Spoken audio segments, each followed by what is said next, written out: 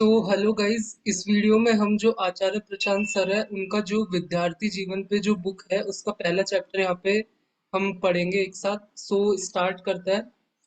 पहले चैप्टर में है कि डर बहुत लगता है। ये चैप्टर का जो है वो टाइटल है। स्टार्ट करता है फिर इसको। प्रश्नकर्ता पूछता है कि आचार्य जी, हम लोग कुछ भी करने बैठे, जैसे पढ़ने बैठे, योग करे, मेडिटेशन करे, यहाँ तक कि जब मैं आपसे ये सवाल भी पूछ रहा हूँ तो ये सवाल पूछते हुए भी मेरे दिमाग में कुछ और चल रहा है।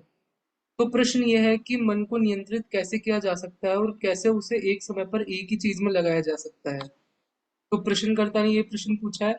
फिर सर बोलता है, आपके पास अगर सोचने के लिए 10 चीजें होती है तो उन 10 चीजों में भी तो आप एक वरीयता बनाते हैं ना, एक हायरार्की बनाते हैं ना। ठीक है, हो सकता है आपको वो ना पता हो जो पूरे तरीके से पाने लायक हो, पूरे तरीके से सोचने लायक हो, जो पूर्णतः उच्चतम हो सकता है वो आपको ना पता हो, पर आपको कुछ तो पता है ना। हम हम में से हर एक को कुछ 10 बातें पता है, और ये 10 बातें विचार के मुद्दे बनते हैं कभी ना कभी। हम कभी एक चीज के बारे में सोच रहे होते हैं, कभी दूसरी चीज के बारे में सोच रहे होते हैं, कभी तीसरी, कभी चौथी, है ना। हो सकता है वो 11वीं 12वीं या 50वीं चीज जो पूर्णतः उच्चतम हो वो हमें ना पता हो, लेकिन फिर भी जो कुछ भी हमें पता है उसमें भी एक वरीयता क्रम है ना।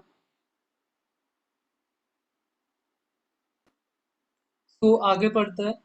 सो आपको जो चीजें पता है उसमें से जो चीज सबसे ज्यादा कीमत रखती हो, ये ईमानदारी का तकाजा है कि कम से कम उस पर सबसे ज्यादा ध्यान दो। मान लो कि पूर्ण की कीमत 100 है, वैसे पूर्ण की कीमत 100 होती नहीं है, पूर्ण की कोई कीमत नहीं होती, पर हम मान लेते हैं कि जो सबसे ऊंची चीज हो सकती है जिंदगी में करने लायक, उसकी कीमत 100 है, 100 यूनिट्स की। मुझे वो पता नहीं, जवान लोगों को अक्सर वो पता नहीं होती है। हम सब तलाश रहे होते हैं कि क्या करें, क्या ऐसा मिल जाए जीवन में जो जीवन को सार्थक कर दे, जो काम वास्तव में जीने लायक हो। ठीक है, वो हमें पता नहीं है, पर हमें 10 और काम पता है जिसमें एक की कीमत है 60, एक की है 55, एक की 50, 45, 15, 5, ये सब पता है ना। तो आप इतना तो जानते ही हो कि जो काम आपको पता है उसमें से एक की कीमत 5 की है, और एक की 55 की, और एक की 60 की है। ये बात तो आपको पता है ना। तो ईमानदारी का ये तकाजा ये तो हुआ कि 5 वाली चीज पर क्यों माथा रगड़ रहे हो। तो अगर हमें हमारे जीवन में 10-15 काम है और हमको कहीं ना कहीं ये पता रहता है कि कौन सा काम सबसे नीचा है, कौन सा काम ऊंचा है, तो हम उस पर क्यों ध्यान दें जो सबसे नीचे वाला है। हमारा फोकस उस पर होना चाहिए जो सबसे ऊपर वाला है। जितना भी हमें पता है, 100 वाले का पता नहीं है, 60 वाले का तो पता है। तो तो 60 के साथ जूझो। और जो आदमी 60 वाली चीज के साथ जूझता है उसको इनाम ये मिल जाता है कि 65 वाली चीज उसके लिए खुल जाती है। लेकिन अगर 5 वाली चीज पर ही पड़े रहोगे, जबकि 60 वाली चीज खुद ही पता है, अपने साथ ही बेईमानी कर रहे हो ना, तो 60 वाली चीज भी धीरे धीरे विलुप्त हो जाएगी। पूर्णतया उच्चतम क्या है ये नहीं पता है, तुलनात्मक रूप से उच्चतर क्या है ये तो पता है, तो उसके साथ तो इंसाफ करो ना। इतना तो करना ही चाहिए ना। अगर यह कहते घूमते रहोगे कि मैं क्या करूं, मैं क्या करूं, मुझे तो अभी जो सर्वोच्च है वो पता ही नहीं चल रहा, तो सर्वोच्च का पता तो लगने से रहा।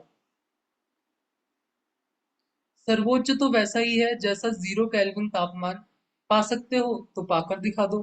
तुमको जितना मिल रहा है उसमें आगे बढ़ते रहो। बताओ, इसके अलावा तुम्हारे पास कोई विकल्प है? पूर्ण या सर्वोच्च पता नहीं है, उच्चतर की हम कद्र नहीं कर रहे, करना फिर हम करना क्या चाहते हैं? पूर्ण की तो परिभाषा ही यह होती है कि वो हाथ की पकड़ में नहीं आ सकता है। ठीक, तुलनात्मक रूप से जो उच्चतर है वो पता है, लेकिन उसको ये कहकर हम बेइज्जत कर देते हैं कि ये तो सर उच्चतर ही है। तो फिर हम करें क्या? जो भी तुम्हें आज यहाँ बैठे बैठे समझ में आता हो कि तुम्हारे लिए ऊंचे से ऊंचा काम है, वो अभी करो। उसको अगर करोगे जान लगाकर तो ऐसा, तो जैसा कहा है कि 60 का करोगे तो 65 खुल जाएगा, 65 में डूबोगे तो 70 खुल जाएगा। आगे की कहानी तुम खुद ही सोच लो। तो जितना हमें सबसे बड़ा पता हो हम उसको करेंगे तो आगे कि बड़े काम जो जीवन में करने लायक वो अपने आप ही खुलेंगे। तो हमेशा पूर्णतः उच्चतम की तलाश में मत रहो कि पहले वो मिलेगा तभी मैं कुछ करना चालू करूंगा। तुम्हें जितना पता है वहां से स्टार्ट करो। और नहीं कोई चारा होता। जिनको हम कहते हैं कि दुनिया के ऊंचे से ऊंचे लोग हुए हैं किसी भी क्षेत्र में, अध्यात्म के क्षेत्र में हो, विज्ञान के में हो, खेल में हो, राजनीति के हो, दुनिया के किसी भी क्षेत्र में जो सर्वोच्च लोग हुए हैं वो सभी ऐसे ही तलाशते तलाशते ठोकर खाते हुए कदम दर कदम बढ़े हैं। सबने मेहनत करी है, मेहनत का कोई विकल्प नहीं होता। ये जो सडन रियलाइजेशन होता है ना, ऐसी कोई चीज नहीं होती है। तुम सोचो कि कोई वैज्ञानिक है, वो अपनी प्रयोगशाला में बैठा है और अचानक उसको यूरेका हो जाएगा। तो ऐसा नहीं होता। उसके यूरेका के पीछे बहुत सारी मेहनत है।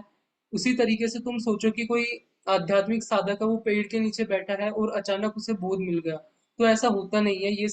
ये सब सारी किस्से कहानियों की बातें हैं। आपको सीढ़ी दर सीढ़ी तरक्की करनी होती है। सारा काम तुलनात्मक रूप से होता है, रिलेटिव रूप से होता है। जो आदमी एक एक कदम मेहनत करने को तैयार नहीं है और सोच रहा है कि अचानक से कुछ हो जाएगा, तो उसका तो कुछ भी नहीं हो सकता। तो फिर प्रश्न पूछने वाला पूछता है, मेरा प्रश्न ये है कि हम कैसे बिना डर के जीवन जी सकते हैं। यदि हम जानते हैं कि हमारी मृत्यु होनी ही है, तो हर पल मृत्यु के डर के बिना एक निर्भय जीवन कैसे जी सकते हैं। आचार्य जी बोलते हैं कि इतनी फुर्सत क्यों है कि सोचो कि मैं मरने वाला हूँ, मरने वाला हूँ।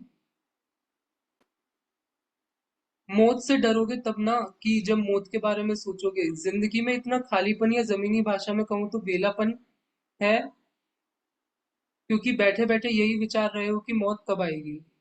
जिंदगी इसलिए मिली है कि उसे जी लो पूरा, इसलिए थोड़ी मिली है कि जीते जीते मौत के बारे में ही सोच रहे हो। मौत के बारे में सोचना नहीं होता। क्या करोगे मौत के बारे में सोचकर?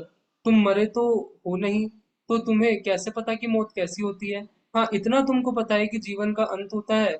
मौत को तुम नहीं जानते, जीवन के अंत को जानते हो। एक बार ये जान गए कि जीवन का अंत होता है, अब सोच कर रहे हो? अब तो बहुत बड़ी बात पता चल ही गई कि तुम्हें जो जीवन मिला है वो खत्म होगा ही होगा। जीवन माने घड़ी चल रही है, ये जो घड़ी है वो कभी ना कभी रुकनी है। ये बात समझ में आ गई, तो अब सोचते ही थोड़ी ना रहोगे। जब आप बैठते हो कोई परीक्षा लिखने, एक बार देख लेते हो कि कितना समय मिला है शीट भरने के लिए। अब मान लो कि 2 घंटे मिला है, तो 2 घंटे में बैठकर यही सोचते रहोगे कि कितने मिनट बचे हैं, या आप काम करोगे? जान तो गए ना कि मर जाना है। कोई 30 में मरेगा, कोई 50 में, कोई 90 में मरेगा। अब ये पता है कि मर जाना है, इस बारे में आप सोचकर क्या कर लोगे? सोचकर कोई नई बात पता चलती तो सोच लो। 10 घंटे लगा लो बैठ करके खूब सोचो, और कोई नई बात पता चलती हो मौत के बारे में तो बढ़िया है। कुछ नहीं पता चलेगा। यही पता चलेगा कि जिसको मैं जिसको जीवन कहता हूँ, ये जो शरीर की गतिविधि है, ये प्राणों का पूरा खेल है, वो तो रुक जाना है। और ये कभी भी रुक सकता है, मुझे नहीं मालूम ये कब रुकेगा। तो मेरे पास समय सीमित है। जब मेरे पास समय सीमित है, तो जिंदगी में जो कुछ भी करने लायक है उसको मैं करूँ और समय बर्बाद ना करूँ। मौत को जानने का मतलब होता है कि अब समय का एक क्षण भी व्यर्थ नहीं गवाया जा सकता। दो तरीके के लोग होते हैं। एक जो मौत को जान एक जो मौत को जानते हैं। हिंदुस्तान में बड़ी प्रथा रही है, पश्चिम मौत से घबराता रहा है। हिंदुस्तान में तुम देखोगे तो कितने ही गीत हैं, और बहुत प्यारे बड़े मीठे गीत हैं जो मौत के ही ऊपर है। तो यहाँ पर जानने वालों ने मौत को गाया है, मौत को कहा है कि बार बार याद रखो, काल को याद रखो। क्यों? क्योंकि अगर तुम्हें मौत याद है तो तुम जिंदगी बर्बाद नहीं कर सकते हो। जिसको मौत याद है वो जिंदगी बर्बाद नहीं कर सकता, और जिंदगी बर्बाद करने का सबसे बेहतरीन तरीका होता है कि मौत के बारे में सोचना। समझो, मौत याद होनी चाहिए। जब याद है तो उसके बारे में विचार क्या कर रहे हो? मौत याद है तो जिंदगी बर्बाद नहीं करनी। मौत याद है तो अब मौत के बारे में सोचना नहीं है। सोचना क्या है, पता तो चल ही गया। अब डूब कर काम करो। अक्सर जब हम तैयारी करके नहीं आए होते तो परीक्षा की, तो ये होता है कि सब लोग तो जूझ रहे हैं और जल्दी जल्दी लिखे जा रहे हैं। आप हाथ में पेन लेकर पूरे हॉल को देख रहे हो और कह रहे हो कि ये सब नश्वर है, ये सब मरेंगे। और ये नश्वरता का ख्याल आ क्यों रहा है? इसलिए आ रहा है क्योंकि पिछली रात मेहनत करनी चाहिए थी, तब बढ़िया खा खा पी कर सो रहे थे। सब जानते हैं कि सब नश्वर है, और बार बार उसे दोहराओ मत, जान लो और जियो। सो ये फर्स्ट चैप्टर था दोस्तों। सो होप तुम्हें अच्छा लगा होगा। अच्छा लगा हो तो लाइक करो, शेयर करो। हम अगले वीडियो में नेक्स्ट चैप्टर लेंगे। सो मिलते हैं नेक्स्ट वीडियो में।